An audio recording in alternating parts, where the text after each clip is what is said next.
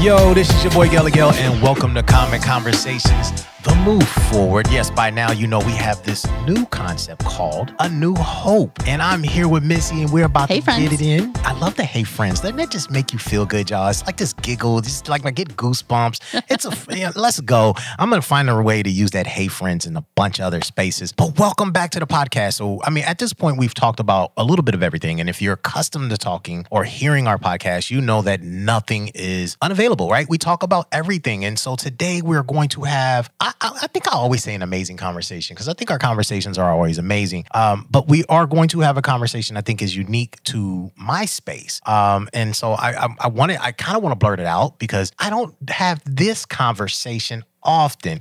And so I'm uniquely excited. Yay. Right? And so I'm excited to have our guest here and that he's going to share this world that we're going to jump into. But Missy is going to grab the bull by the horns. Yeah, I am. And it's funny that you say that. So I feel like this is a conversation that I get to have a lot, but I've never been able to have this conversation specifically with my friend Josh. So we're going to speak with Josh Kornberg. And I've known Josh since he was in high school. Yeah, it's been a minute. Yeah, it's forever. At least 16 years. I have pictures of you holding my oldest child, and she's about to turn 17. So it's been a minute. So this is another conversation with two old people. Yeah, right.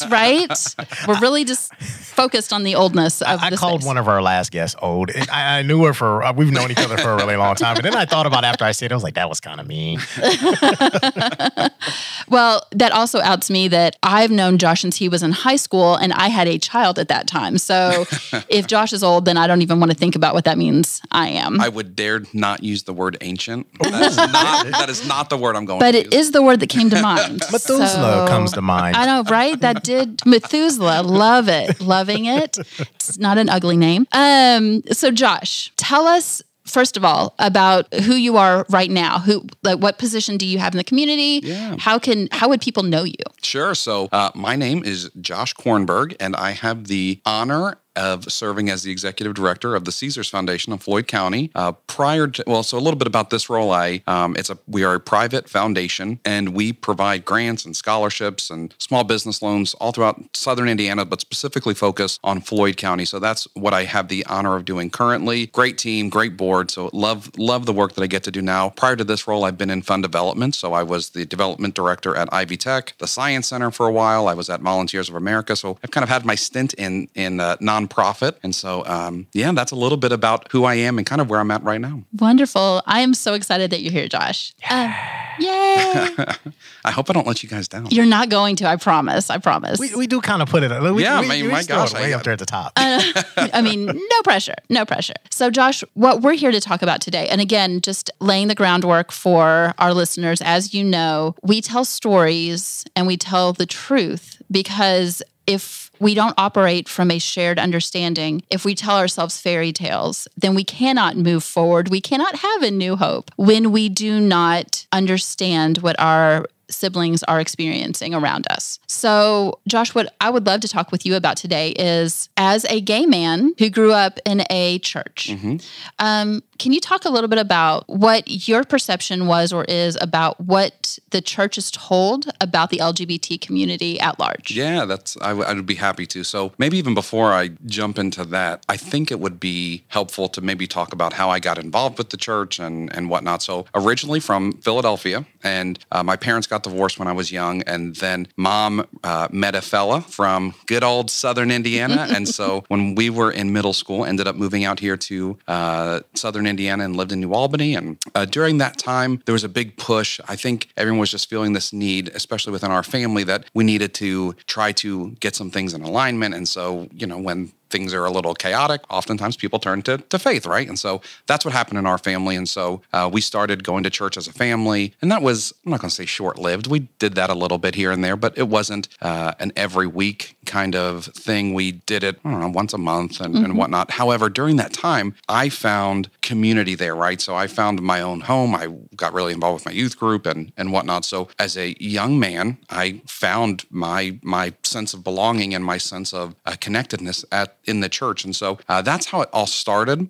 Fast forward, I don't know, 5-10 years, something like that. I started actually working at the church. And so throughout high school, I volunteered a lot, and I was leading a small children's ministry up in Memphis, Indiana. And so I was when we talk about like being involved with church, I was involved with church. I was working for a church. I was working for small churches. Then I got into college. I ended up taking an internship in Austin, Texas, and I worked for this mega church. And I was in it to win it. I was meeting all the right people. I was going to conferences and speaking and serving on panels. Like everyone wanted to hear from like this young mind within children's ministry. So I was really, really involved in the local church. I came back to Southern Indiana while I was going to school at IU Southeast.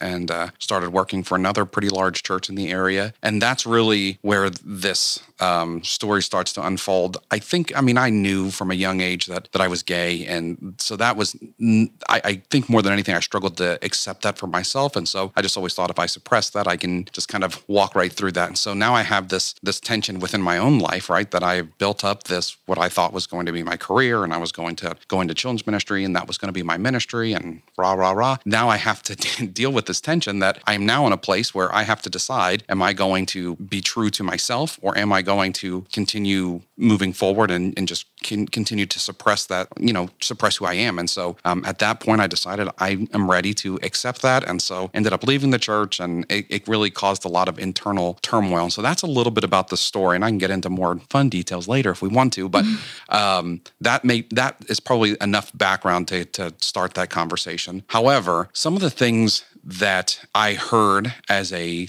student and as a young adult that I feel like the church really instilled in me, is that I think it's safe to say that the church in general talks about homosexuality as a sin and all the things that come along with living a sinful life, right? And so I was in a space where I had to begin to wrap my head around this thing that I know I did not choose for myself. Now I'm being told that me just being a person is a sin. So like my existence, my very life is a sin. And so I have to begin to grapple with that. And so if I had to say what is one of the lies that I think the church tells us is that how I exist is a sin, and that's just not true. So that is a really heavy label to carry upon yourself.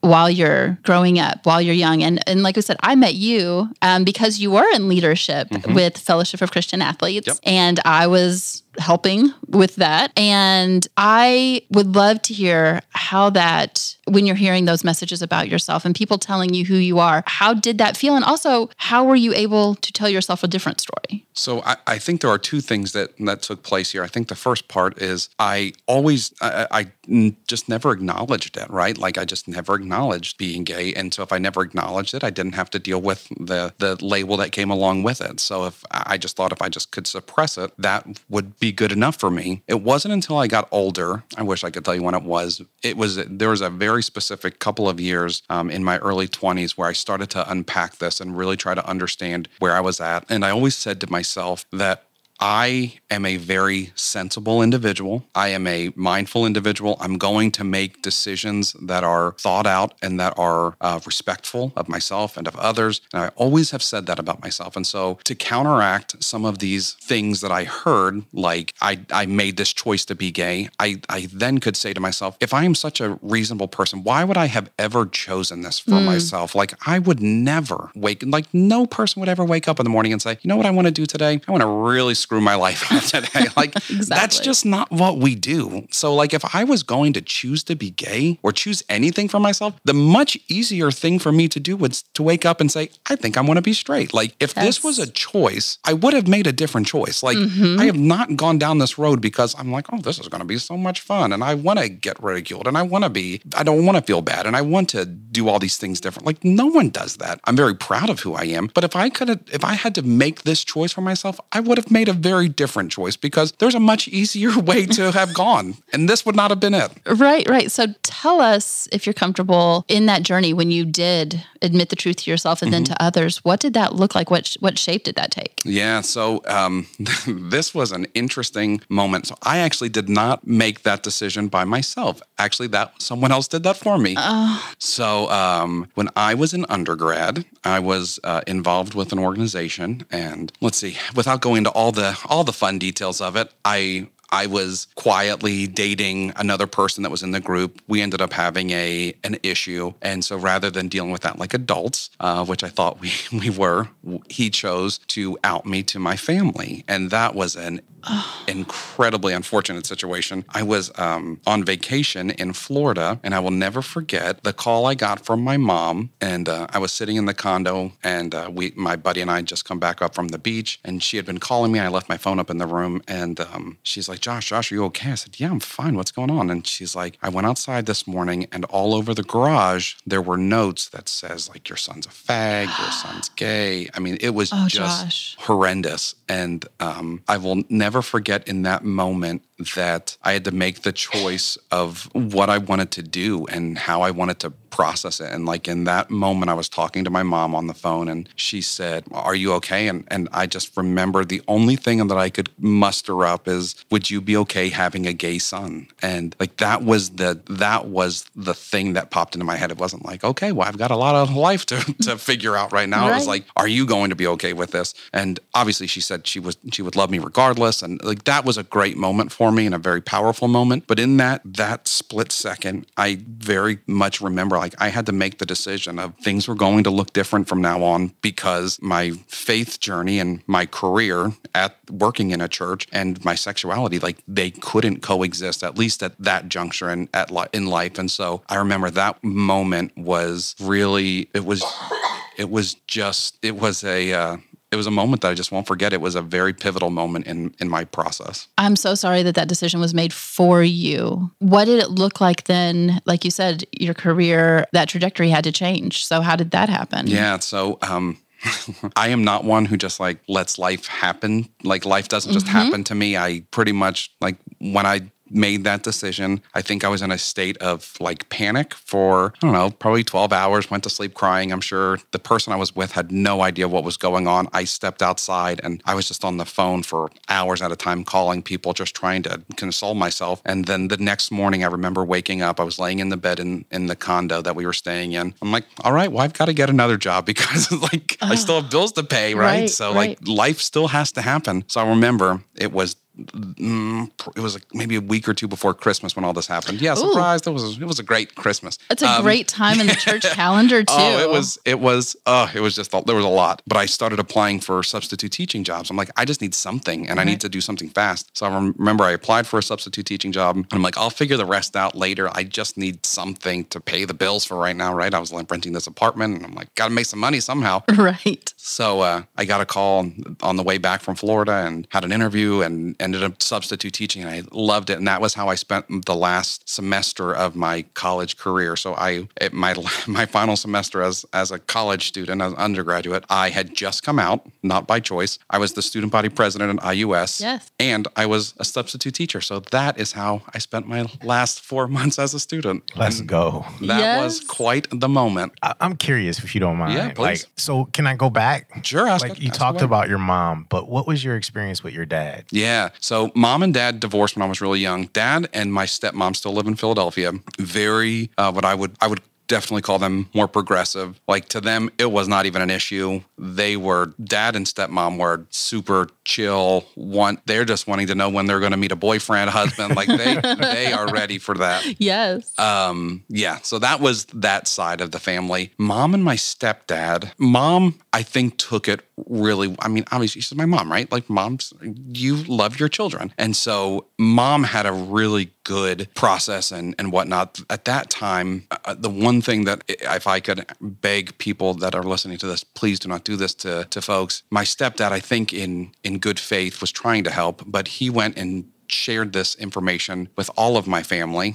So right before the holidays, like grandparents and aunts and uncles. And so a conversation that I would have liked to have had with all of those individuals to feel that reaction and to be a part of their process with me, I never got to have. And even to this day, I still have not had many of those conversations, not because like I couldn't, it's just, it's such a non-issue at this point in life, and things look so different, 12 years later.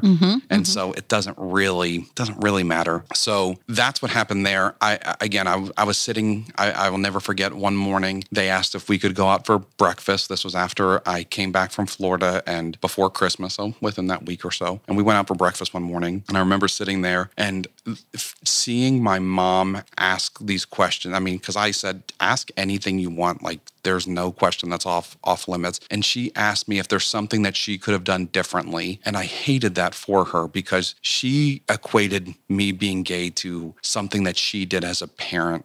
And I just feel like that was such an unfortunate place for her to be. And I hated that for her. And I don't know if, again, you want to talk about continual lies that we hear especially within the faith community. We think if you're gay or you identify in a certain way, then it must be because something else happened to you. Nothing happened to me. I had a great childhood. Like I had I came from just to be quite frank, I was a very privileged background. I needed for nothing, wanted for nothing. Like it's not like I had a life and a childhood filled with trauma and just really crazy situation. Like that was not it. And again, if trauma equated to homosexuality, there would be a lot more gay people. So many. Right? So many. So, I mean, I had such a normal upbringing. And so to see my mom take on all of this, it almost was like she was trying to take the weight off of me by saying, oh, could I have done this differently? And parents or guardians, if you hear this, like the answer is no. Like it has nothing to do with you. It's not about something that you've done. It's about a person who is identifying with how they feel and how they are. Like it's not about a parent or a guardian. It's about the person. And so it's so tough to keep that in check. So I hope that answered. Yeah, absolutely. I mean, it's a story. So one of my best friends in high school was gay, and the running joke amongst all of us to this day is we knew he was gay before he probably knew he was gay. And I always wondered, and I haven't kept in touch with him, but I always wondered the reaction his father had. And so his dad was this really strong Southern Alabama kind of dude, right? And so, it was just always a thing. But I know when I finally asked him, without getting into that story, his dad was like, dad was super cool, which surprises us all. And so I always wonder about that question when folks do come out and how their family reacts. I know how I would react, and I know I'd have 101 questions because that is not. That's right. It's not who I am, and so there's this curiosity that comes with it. And sometimes it's healthy and sometimes it's probably not. And so I know your relationships have to be healthy in order to get through that kind of conversation. Yeah. So I'm curious too, like did you leave the church or did the church leave you in that sense? So I remember this. I mean, this was such a very clear moment for me. And actually, I just wrote a little piece about it because I don't want to forget these things that people say to me. And so I literally just wrote this maybe 2 weeks ago. I told my direct supervisor, who was the children's pastor at the time, and I can say this. He doesn't work there anymore. He was like, you're good. Like, stay here.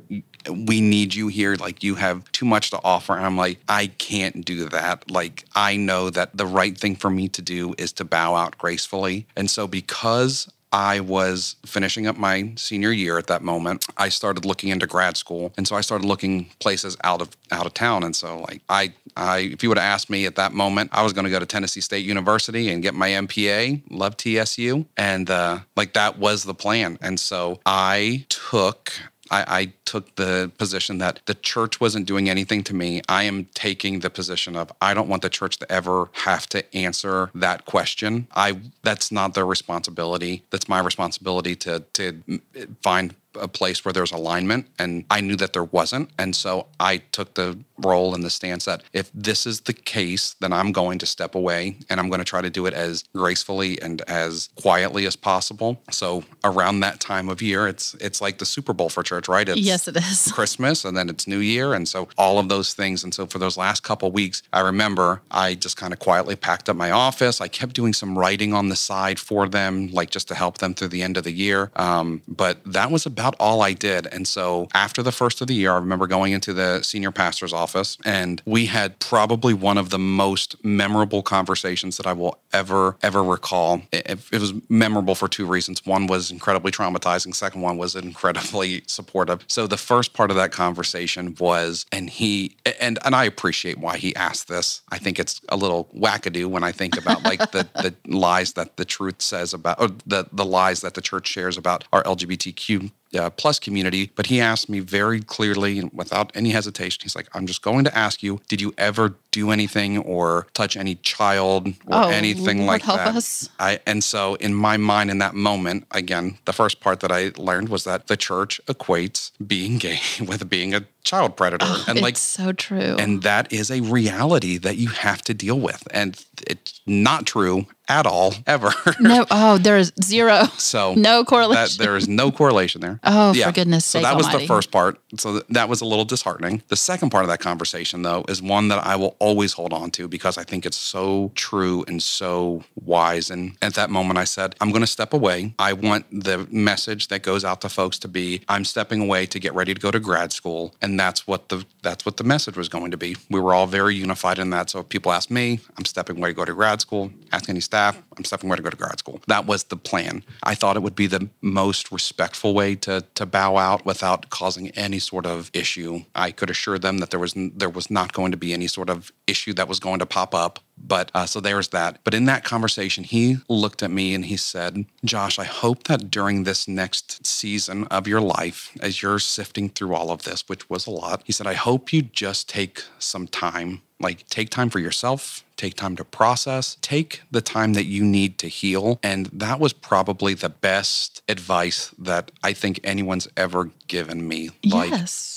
While so simple, it was so profound in that moment of such uncertainty, just taking time to heal and taking time to process. Like we oftentimes just don't allow ourselves the freedom to press the pause button very long. But he reminded me of that. And that was exactly what I needed in that moment. That is truly beautiful. Not that I'm super excited to bring up trauma and triggers for you. Sure. But when you started to live openly and live as the human being that you were created to be. How did that affect you in the community? Again, because you know this is a small town.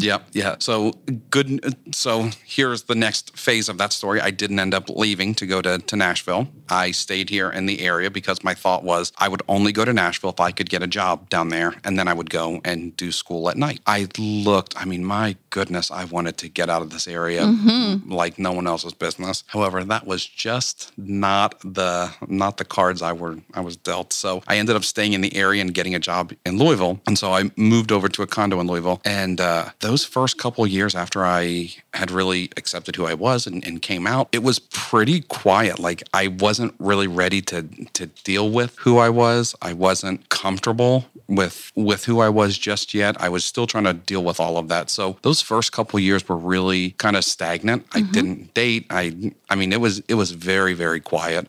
It was just a lot of introspective work and just trying to figure out what this next phase of life was going to be. But I will tell you that first job that I got out of college, whether someone believes in God or not, like I know it was a truly divine intervention because I left the church 6 months prior, ended up getting this job in July, August of that year. Of 2012, and that was at Volunteers of America. And Volunteers of America it's actually a church, right? Like it's an actual church, and their mission statement is to be a ministry of service. And I thought it was so incredible that at a moment where I felt, but I'm not going to say betrayed by the church, but maybe left behind, left out, I now found myself working for an organization that is a church, but not in the way that we think about a church with having four walls, and still doing great work out in the community and making life-changing impact. And that's now the next phase of my journey. And I couldn't have asked for a better place to land at that moment because there was still so much trauma and so much uncertainty that I was dealing with. The fact that I feel like a door opened up and I am now working at a church again, just not what I would consider a church. I think I saw that my service to the community didn't end under a steeple. It kept going because the people that I was impacting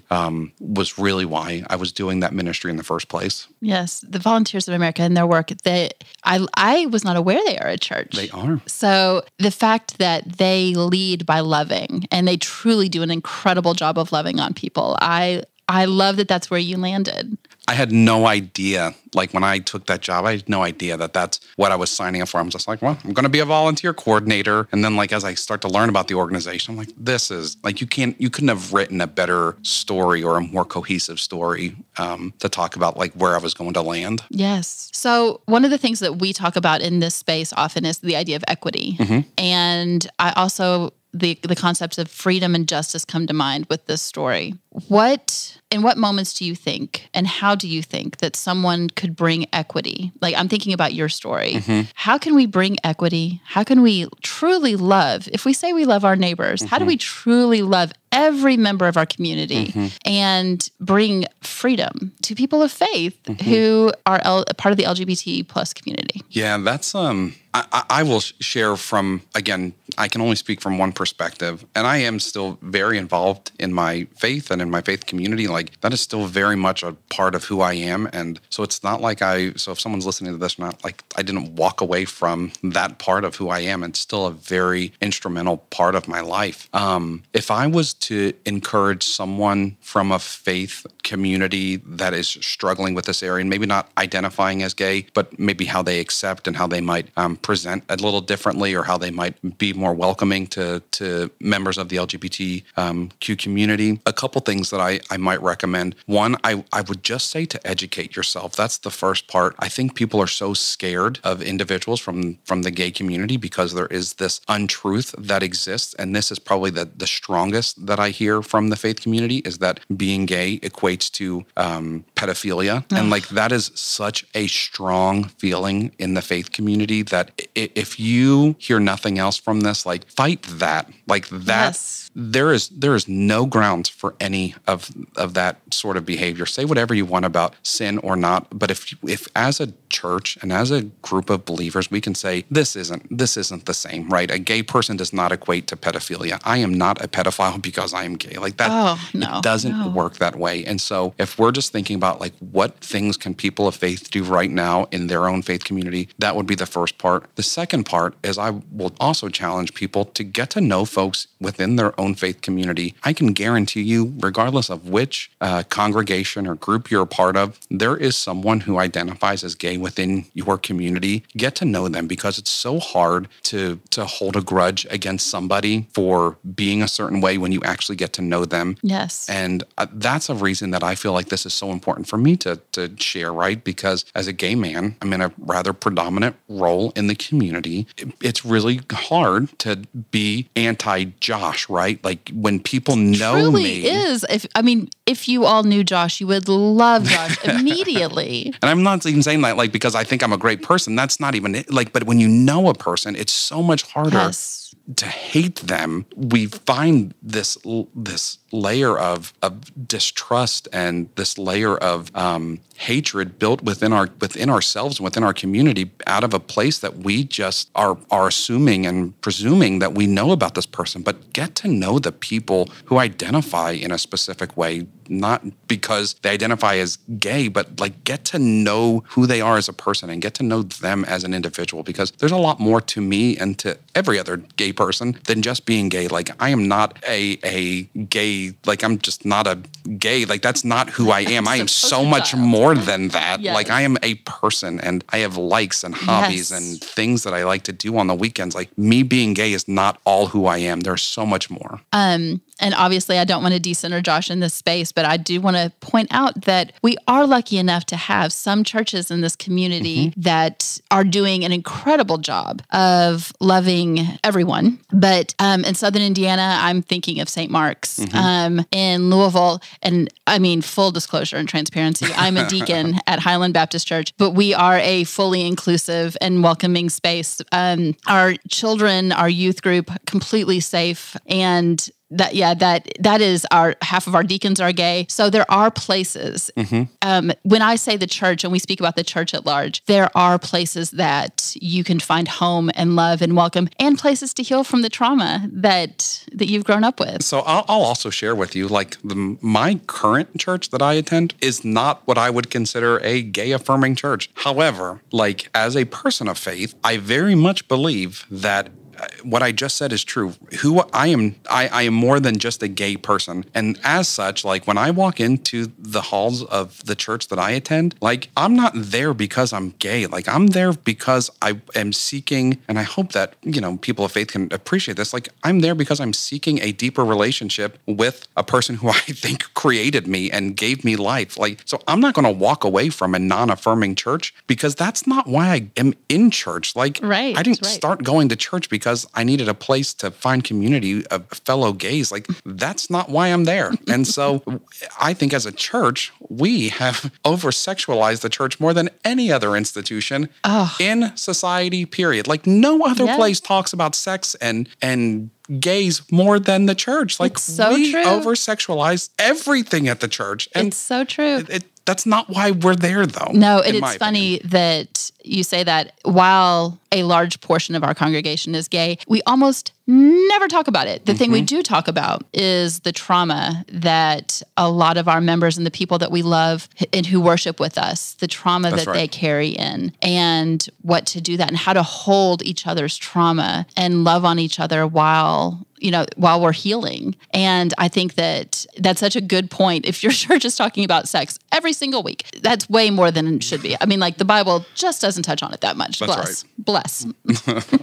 So Josh, I'm curious, I grew up Seventh-day Adventist, United Methodist, AME, spent some time in a Baptist church. My mom was Catholic. So, you've done it all. It's like a buffet of religion. Absolutely. And I've heard, you get the buffet of stories, right? And trauma, and stigma. And so I'm curious too, if you would share, how did you, or are you still reconciling many of the lessons that come out of church leadership as homosexuality being a sin, or, homosexuals are predators? How do you reconcile that? Yeah. So this takes me back to when I lived over in Louisville. I was attending this church and they were looking for a children's pastor at that time, and clearly I had years of experience in this type of work. And so I went to the senior pastor. I said, "Hey, I don't know, I'm not looking to do this full time, but if you need someone on an interim basis, like I'll help through this period." And so I told him a little bit about my history. He said, "Well, so why did you leave?" And I told him I came out and this and that. And then he told me, again, one of those moments that will just be seared in my brain forever. He told me that at that church, there are 3 different levels of engagement. The first one, behind the scenes, running the soundboard, making breakfast on Sunday mornings for the congregation. The second one would be like on the stage, leading worship, leading Bible study, just more public facing. And then the third level would be actually teaching. And he said, "I think with where you're at, we can probably get you in at the first level." And so, so I could have made scrambled eggs. I mean, that would have been good. Ridiculous.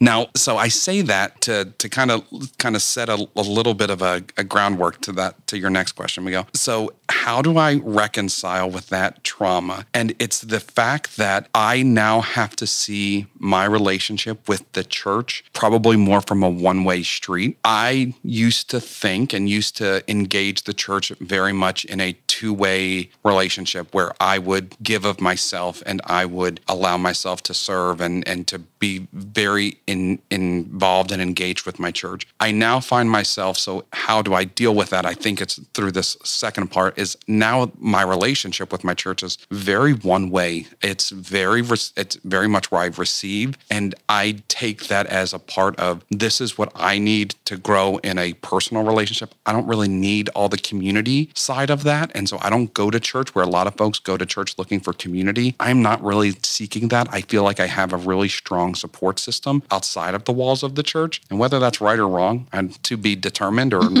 that's for me to decide. And right now I'm good with how it's working. I've got my own supports. I've got people who love me. And so when I go into church, it's very much I'm going to take what I need from this, get filled up, give myself that energy that I need. And if there's an opportunity for me to do good, and on some occasions I'll engage, like I'll participate in, this kind of drive, or you need me to bring in this, or I can serve in this very minimal capacity. I'll do those things, but not really. And I'm okay with that. I've come to a spot where I'm like, I'm good with that. And I know that my community of support is outside of the walls of the church. Man, that's a good level of strength. But thank you for sharing that. Yeah. That's because church hurt comes from a lot of different places, right. and we react individually toward whatever that is. Mm-hmm. I can't imagine. Well, I can not being gay, but I can imagine the church issues and being a part of that. And I love the fact that I left the church, right? And so mine comes from spousal abuse and that relationship. And it took years for me to go back to even see people in that space differently. I love the fact that you said I can stay there, get what I need out of it, and then move on. And you even built your own community that supports you. And I think that in itself is unique. Because I don't know, when we talk about, this conversation is a little different, but it's not much in a sense. We talk about systems and the failure of systems, where we are in our society and the norms that we exist in that no longer and sometimes never served us as individuals in the get-go. And that is a hell of a point, is to build community and to build systems that actually support you, man, brother. I appreciate you. Well, I appreciate you saying that. And I really do mean this. Like, I feel like if someone was to ask me, like, how is your spiritual life now? I would say it's stronger now than I feel like it's ever been, because I'm more certain of things than I've ever been before. Like, in the past, I've always been questioning myself, like, can I exist in this space? And can I exist in that space? And my only answer to that is